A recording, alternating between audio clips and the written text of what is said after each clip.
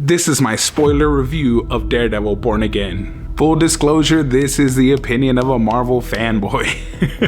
And more importantly, a Netflix original series fanboy. The Daredevil series on Netflix, I think, is the greatest series ever created by Marvel. I put it right up there with Winter Soldier as far as just gritty storytelling and awesome fight scenes. Now, the original cast returns for this, albeit not for the whole show.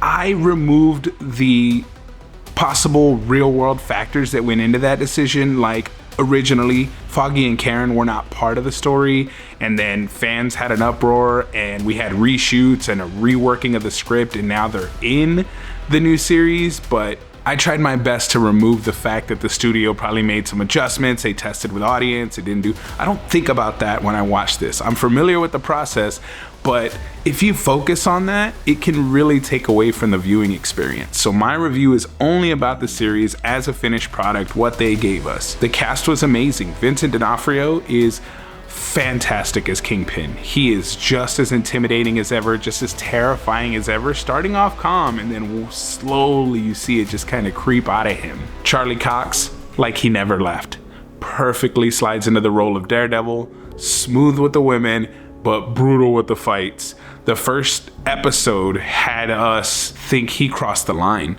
He, for all intents and purposes, did cross the line. He broke his one rule, episode 1, but for good reason.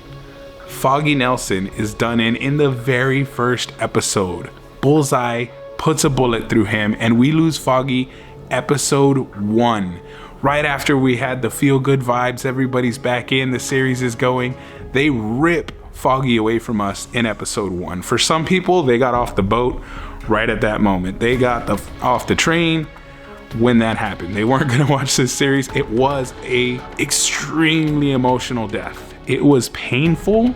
I think the actors nailed it. Karen was distraught. Matt was pushed over the edge. He has Bullseye on the roof. He has him apprehended, and the moment Foggy's heart stops, he loses it and just throws Bullseye off the building. He was trying to kill him. There was make no mistake about that. He was trying to kill him. He let go. He could no longer keep to his creed or his rules. He just lost his best friend in the world, and all the hope went out the window with him. And he carries that throughout the season, although it does make the tone feel a bit all over the place at times.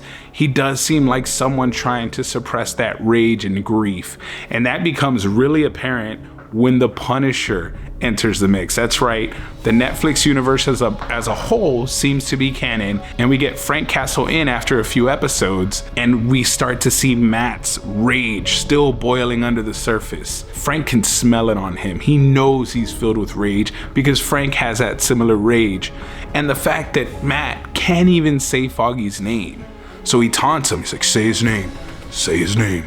Like just poking at him until Matt finally strikes Frank and catches himself. He's like, I'm sorry. He's trying to suppress his actual emotions, and the Punisher's like, that's the first honest thing you've done all day. His first authentic piece of emotion he's had since Frank has been talking to him. He's just been suppressing everything, living in a fantasy land, but the reality is there under the surface, clawing to get out. The series does a good job of that. It does introduce, and if they don't bring him back in season 2 or we don't get some sort of Hail Mary, a wasted villain in my opinion. Muse was a really cool villain setup, and if they had given him some of the abilities in the comic, I think he could have been an awesome villain for Matt. If not the main villain, then at least drive the story in a real meaningful way. They didn't do that. He actually dies in a pretty anticlimactic death. He does serve the story of like making vigilantes look violent and pushing Fisk's task force. Oh yeah, Fisk is now the mayor of New York City. He wins an election.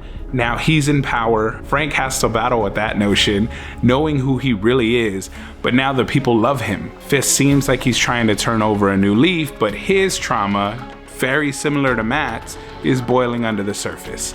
So we see glimpses of that sneaking out, especially when he captures someone who Vanessa, his beloved Vanessa, had cheated on him with. She says, just please don't kill him. Please don't kill him. And he says he won't.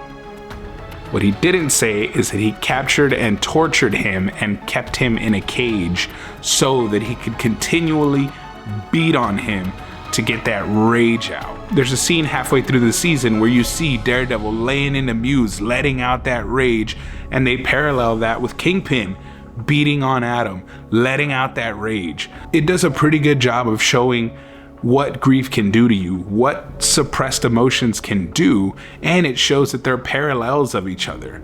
Are they so different?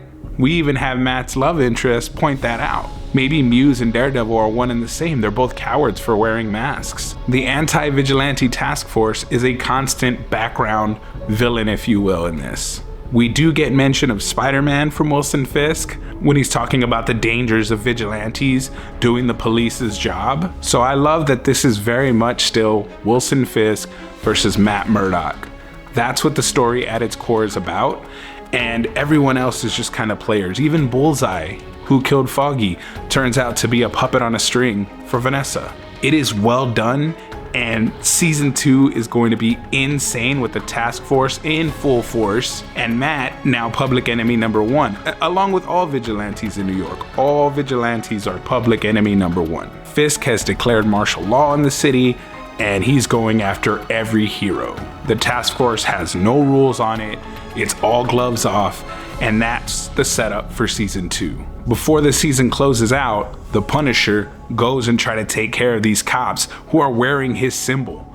They see him as an idol, and Frank hates it. He knows they're nothing like him. They don't know his pain. They don't know his struggle. So he goes out and brutally murders a bunch of them before being overwhelmed and kidnapped in a cage, along with other heroes like the Swordsman. Fisk now has all the vigilantes he's captured in cages at the docks, where he's looking to build up his criminal operation all over again, free of the US's jurisdiction. Daredevil's about to go in and rescue everybody, and Karen's like, you go in there, you're probably gonna die or get captured. All of this is for naught. And he has this realization, you're right. I need to be smart about this. I need an army. All of us immediately were like, street level heroes, defenders, go get Jessica Jones, Luke Cage, Iron Fist, Spider-Man, like everyone who's street level. That's who we wanted to see at the end. However, the series creators said they did not want to put them in there because they felt it would give too much hope. They wanted this series to end hopeless. The good guys lost. Fisk won. He put his plan into play. He was going for the Infinity War feeling. I don't think he quite nailed it, or I don't think they quite nailed it, but I get what they were going for. It's still a good ending. Not a great ending, but a good ending, and does its job of getting me excited for season 2, which is the main goal of Disney, always getting you excited for the next thing. But I still think you could very much so enjoy this in its current context. The acting's amazing, the fight scenes are phenomenal, the brutality is not toned down in any way. If anything, it's ramped up from the Netflix series, so you get Mortal Kombat level kills in this thing. All in all, I give this season of Daredevil Born Again a 9 out of 10. I, again, as a fanboy, still love the fact that we got Daredevil back. It's my favorite Marvel series, and I ate it up every week. I never felt disappointed by an episode until maybe the finale, but knowing what I know about the comics and the possibility of Matt taking over the Hand to raise an army to come fight Fisk, oh yeah, theories galore, or teaming up with the Defenders to get an army to go fight Fisk, or both. Who knows what the MCU is doing? They changed Muse for the worse. Hopefully they change this story for the better if they do make a change, or stick to the source material, guys. The source material is already so good. So that's my review of Daredevil Born Again.